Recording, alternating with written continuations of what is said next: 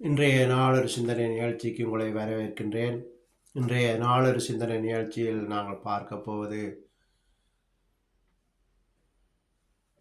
பெண்களுக்கும் ஏன் வியாதி வருது என்ற தலைப்பில் பார்ப்போம்.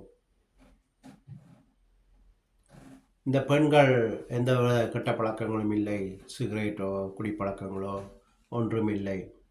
இருந்துமே இவர்களுக்கு வியாதி வருகின்றது. இதற்கு என்ன காரணம் என்பதை பார்ப்போம்.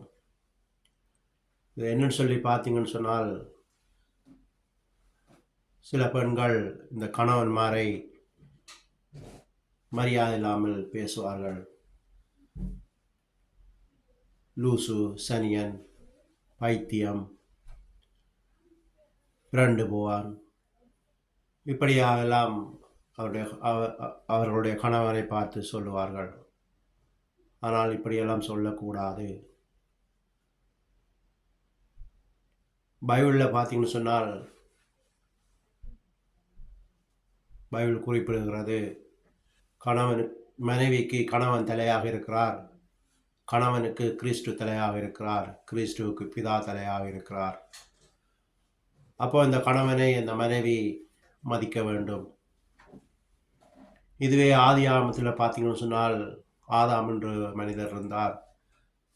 அவருடைய மனைவி சாராள். இந்த சாராள் அவருடைய கணவனை பார்த்து என்னுடைய ஆண்டவர் என்று தான் சொல்லுவார். கணவன் என்று கூட சொல்கிறேன், என்னுடைய ஆண்டவர் என்று சொல்லி. அப்போ இந்த கணவனை மதிக்க வேண்டும் மனைவி.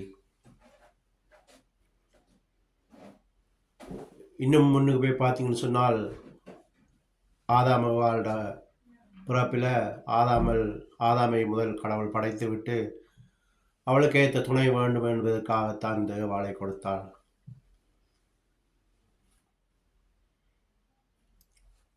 அப்போ அந்த மனைவி இந்த கணவனை மதித்து நடக்க வேண்டும். இந்த கணவன் அறிவு குறைந்தாலோ இல்லாட்டி உழைப்பில் குறைந்தாலோ நீங்கள் அதை பார்க்கக்கூடாது. உங்களுடைய கணவனாக ஏற்றுக்கொண்டால் நீங்கள் அந்த கணவனைத்தான் மதிக்க வேண்டும். என்னுடைய கணவன் என்ற அந்த சிந்தனை இருக்க வேண்டும். இதை விட்டுட்டு அவர்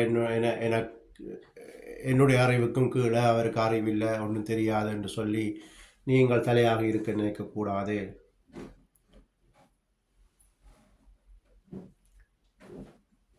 இருந்தும் இந்த தேவையில்லாத வார்த்தைகள் சொல்லக்கூடாது. லூசு, சனியன், பைத்தியம், இப்படியான வார்த்தைகள் பாவிக்கக்கூடாது.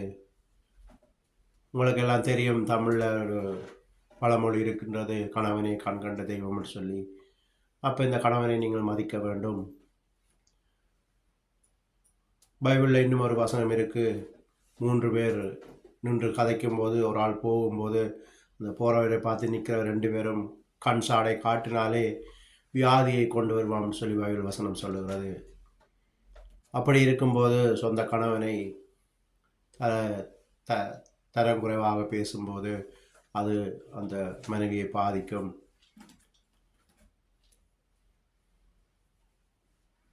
இன்னும் பார்த்தீங்கன்னு சொன்னால், தாய் தகப்பனை உன் ஆயுசு நாட்கள் நீடித்து இருக்க வேண்டும் சொன்னால் உன் தாய் தகப்பனை மதிக்க சொல்லி இருக்குது. இது நான் அடுத்த வீடியோவுக்கு அதை சொல்லுகிறேன். இப்படியாக உங்கள் கணவனை மதித்து நடந்தால் சில வியாதிகளிலிருந்து உங்களை பாதுகாக்க முடியும். ஏனென்றால் உங்களுக்கு ஒரு கெட்ட பழக்கம் இல்லை, சிகரெட்டோ குடிப்பழக்கமோ ஒன்றுமே இல்லாமல் இருந்தும் ஏன் வியாதி வருது என்று சிந்தித்து பார்த்தீங்கன்னு சொன்னால் இதற்கு பின் அந்த காரணம் இருக்கும் என்று சொல்லி இன்றைய நாளொரு சிந்தனை நிகழ்ச்சியை முடித்துக் கொள்கிறேன். நன்றி, வணக்கம்.